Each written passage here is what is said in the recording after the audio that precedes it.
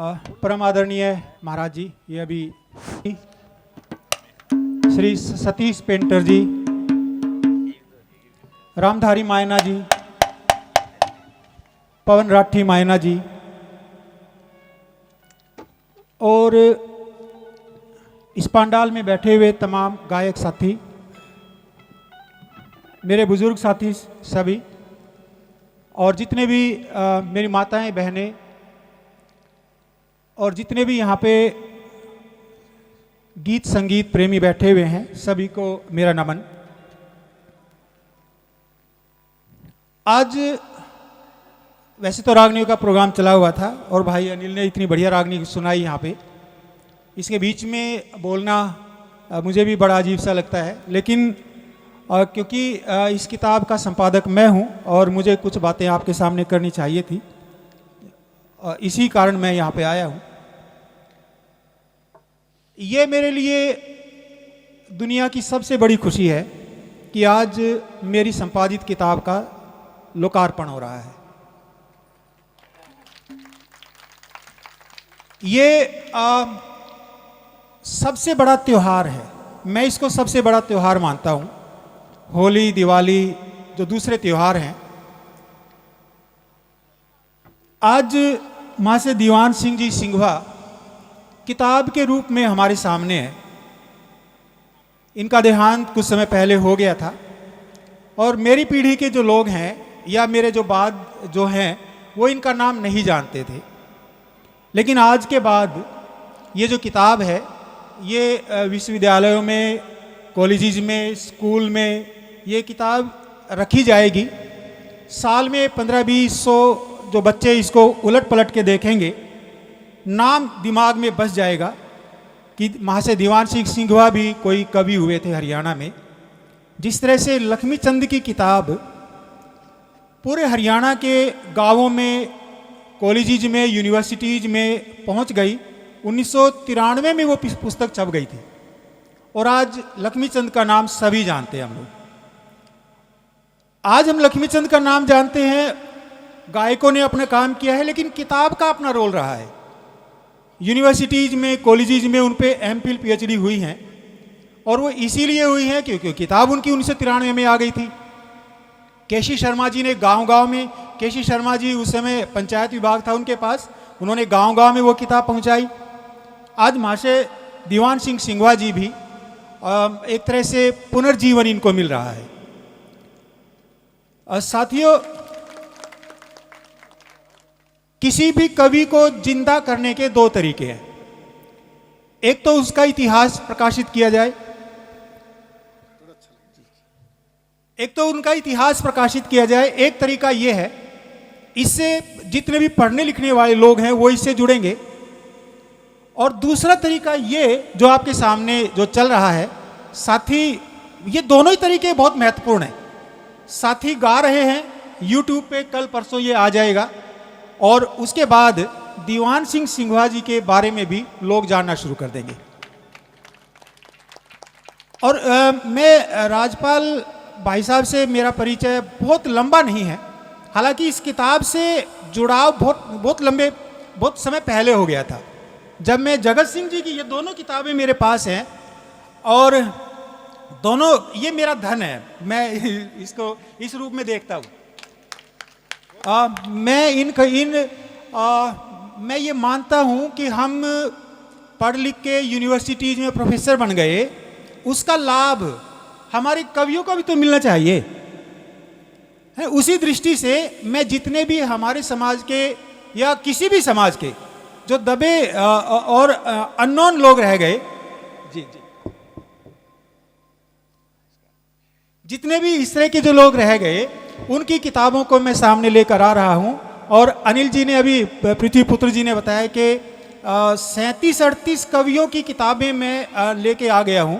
अभी बनवारी ठेल की किताब भी आएगी कुछ ही समय में, कच्चा श्याम की किताब भी आ गई है। कच्चा श्याम सभी जानते होंगे, राय धनपत सिंह जी के शिष्य हुए, उन्होंने 3 सांग भी लिखे थे। मैं कच्चा श्याम सोरम गया था, उनसे मैं उनका रजिस्टर ले आया था और वो उनकी किताब आने वाली है। तो इस तरह से मैं कोशिश कर रहा हूं कि जितने भी हरियाणा और उत्तर प्रदेश की भी 2 किताबें मेरी आ गई हैं। अभी एक लीला मीर हुए, उनकी भी किताब आने वाली है।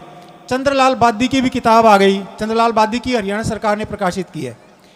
तो मैं मानता हूं कि मेरा जो जीवन है वो इस रूप में सफल हो रहा है कि मैं इन कवियों को प्रकाश में लेके आ रहा हूं और इनके इतिहास बन रहे हैं। यहाँ पे हमारे साथी बैठे हुए हैं, गायक बैठे हुए हैं। मैं इनको केवल 1-2 शब्द के बाद मैं अपनी वाणी को विराम दूंगा, क्योंकि आप सबको रागनियाँ सुननी है। साथियों, छाप किसी भी कवि की नहीं काटनी चाहिए। अगर कोई गायक छाप काटता है, ये मान के चलो कि वो एक आदमी की हत्या कर रहा है। एक सगवा सिंह सिकेड़ा उत्तर प्रदेश में मैं गया था। मेहर सिंह के नाम से उनकी एक रागनी गाई जाती है। अब मैं उनके घर गया, क्योंकि उत्तर प्रदेश में मैं 15-16 दिन रहा। उत्तर प्रदेश में जितने भी सांगी भजनी हुए सभी के घर जाके आया। सगवा सिंह सिकेड़ा के घर में इस समय कोई नहीं है। उनकी लड़कियां भी, उनका भी देहांत हो चुका, उनके लड़कों का भी देहांत हो चुका, लेकिन उनकी रागनियां, उनकी जो कविताई है वो उससे जीवित रहेंगे बस। इसका मतलब ये है कि एक कवि के लिए उसकी जो रागनी है वो उसकी औलाद से भी ज्यादा महत्वपूर्ण है। औलाद उसका नाम रोशन करे या ना करे, लेकिन रागनी उसका जो गीत है, जो उसने लिखा है, वो उसका नाम रोशन करती रहेगी। और आने वाले समय में मैं सगवा सिंह सिकेड़ा की भी ग्रंथावली लेके आ रहा हूं। वो टाइप हो गई है। उनका जो नाम है, उनका परिवार, भले ही उनके परिवार में अब कोई ना बचा हो, लेकिन उनका नाम हम वो जिंदा रखेंगे उनकी ग्रंथावली के माध्यम से। उत्तर प्रदेश में ही मैं एक लगभग 80 साल के एक आदमी से मिला। वो भी रागनियाँ लिखता है। उससे बात करते करते मैंने ये पूछ लिया कि भाई आपके बच्चे क्या कर रहे हैं। वो भावुक हो गया, क्योंकि उसके बच्चे थे ही नहीं। मतलब उसने जो मुझे कहा, उसने कहा कि मेरे तो बच्चे मेरी रागनियाँ ही हैं, मेरे बच्चे तो मेरी ये जो कविताई है यही है मेरे बच्चे तो साथियों, जो भी छाप काटता है वो इस बात को एक बार जरूर अपने दिमाग में सोच ले कि क्या मैं ऐसी रागनी कोई बना सकता हूं क्या। रागनी बनाने में जीवन लगता है। महाशय दयाचंद माइना ने जो रागनियां लिखी हैं, नेताजी सुभाष चंद्र बोस किस्सा कईयों ने बाद में भी लिखा। जगत सिंह जी के एक शिष्य हुए रामचंद्र लांबा, है ना जी, उन्होंने भी, रामचंद्र लांबा जी के भी। मैं ये जो जगत सिंह की जो प्रणाली है, मैं ये कोशिश कर रहा हूं कि इस पूरी की पूरी प्रणाली को मैं लेके आऊं। रामचंद्र लांबा जी पे भी मैं काम कर रहा हूं। मनफूर सिंह जी पे भी उन्होंने भी लिखे हैं। और एक मंगत राम बकलाना के भी मेरे पास बहुत सारे रागनियां हैं। तो ये एक इतनी बड़ी प्रणाली, और इसका नाम ही हम भूल गए थे। तो मेरे लिए इससे बड़े सौभाग्य की बात हो नहीं सकती कि एक प्रणाली जिसने अपने समय में काम किया। इन्होंने 4 दशक तक सांग करे, 4-5 दशक तक इन्होंने सांग किए, लेकिन हम नाम भूल गए थे। तो हमारे नए साथी जो गायक आ रहे हैं, इनकी जुबान पे ये रागनियाँ चढ़ेंगी और ये दोबारा से जीवित रहेंगे। तो ये जो छाप, मेरे ख्याल से हर कलाकार, देखिए, पैसे के लिए छाप काटना ये एक इतनी खराब बात है। मतलब ये कला के क्षेत्र की वेश्यावृत्ति है। एक वेश्या है, वो अपने शरीर को बेच के पैसा कमाती है। एक गायक है, वो अपनी आवाज बेच के पैसा कमाता है। ये बिल्कुल वही काम है। इसलिए कोई भी जो गायक है वो ये जरूर उसके रागनी की छानबीन कर ले अच्छी तरह से। अब तो पूरे हरियाणा में रोला मच गया है इस बात का कि भाई रागनी किसी की है और वो छाप किसी की लगाए जा रहे हैं। ये गलत बात है।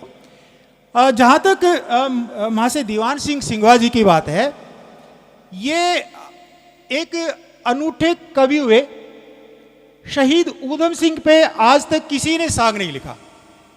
इन्होंने ऊधम सिंह जी पे, जो शहीद ऊधम सिंह जी पे इनका सांग है, और वो इतना कमाल का सांग है। किस तरह से जो शहीद ऊधम सिंह के जो पिता हैं वो जलियांवाला बाग में मारे जाते हैं, और किस तरह से वो कॉलेज में एडमिशन लेते हैं, विदेश में जाके वो होटल में काम करते हैं। ये पूरी की पूरी जो कहानी है वो इसमें दर्ज है। जिस तरह से महाशय दयाचंद मायना जी अपने नेताजी सुभाष चंद्र की जो किस्सा है उसके कारण जाने जाते हैं, आने वाले समय में महाशय दीवान सिंह जी अपने ऊधम सिंह किस्से के कारण जाने जाएंगे। ये जो हरियाणा और उत्तर प्रदेश के किसी भी सांगी ने ये किस्सा नहीं लिखा।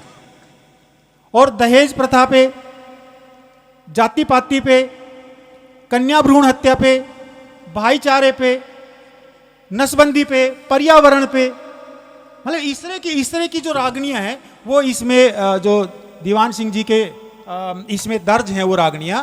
और एक जो कवि है, एक कवि का मूल्यांकन जब आने वाले समय में इस किताब को यूनिवर्सिटी में जो पीएचडी करने वाले बच्चे पढ़ेंगे ना, तो वो इन्हीं चीज़ों को पकड़ेंगे कि भाई एक कवि है, महाशय दीवान सिंह जी है, अपने समय उनका जो समय है वो इनकी रागनियों में आ भी रहा है या नहीं आ रहा। अगर वो कोई भी कवि अपने समय की समस्याओं को अपनी रागनियों में नहीं लेके आ रहा, तो फिर वो कवि कैसा होगा भाई? कवि तो मैं तो कवियों को समाज का टीचर कहता हूँ, समाज का मास्टर कहता हूँ। वो अपनी रागनियों के माध्यम से वो अपने समय में बुराइयों से सचेत करते हैं लोगों को कि देखो ये चीज़ें हैं, ये ऐसे नहीं होना चाहिए। तो दीवान सिंह जी अपने समय के एक शिक्षक कवि के रूप में मैं इनको कहता हूँ, ये हमारे समाज के एक शिक्षक भी थे, हमारे समाज के एक टीचर भी थे, हमारे समाज के मास्टर थे, जो हमें सचेत कर रहे थे कि हमें कन्या भ्रूण हत्या नहीं करनी चाहिए, हमें पर्यावरण का ध्यान रखना चाहिए, हमें दहेज प्रथा से बचना चाहिए। तो इस तरह के इतने बड़े जो कवि हैं, ये मेरे लिए बड़े सौभाग्य की बात है कि आज आप लोगों के साथ रूबरू होने का मौका मिला है। और इतनी बातों के साथ मुझे नहीं लगता है कि मुझे ज़्यादा बोलना चाहिए, क्योंकि हम लोग सभी रागनियाँ सुनेंगे। सभी का बहुत बहुत धन्यवाद।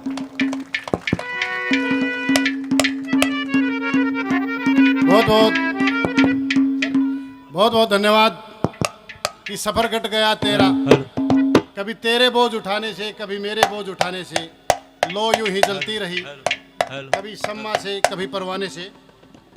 जग में करता मालिक जमी कमेरों की, हो कारज की पूजा मौज भतेरों की, सतत साधना करता जो जिन निज हाथों से, कीर्तगान करेगा वहाँ कुदरत शेरों की। एक शेर पुत्र हमारे बीच में उपस्थित हुए, और ऊधम सिंह जी की जो महाशय दीवान सिंह जी ने 11 रागनियाँ लिखी हैं, वो उनके लिए डॉक्टर राजेंद्र बड़गुजर भी उतने ही आभारी हैं जितने हमारे गुरुजी आभारी हैं। जोरदार तालियां हैं उनके लिए। और मैं डॉक्टर साहब का यहाँ पहुँचने पर अभिनंदन के साथ साथ मेरी एक कृति जो श्रेष्ठ कृति चुनी गई है हरियाणा साहित्य अकादमी की ओर से, मैं उनको सहसने भेंट करता हूँ। अमर जवान सतसई गुरु जी के इस कार्यक्रम में। थैंक यू, बहुत बहुत धन्यवाद डॉक्टर साहब। और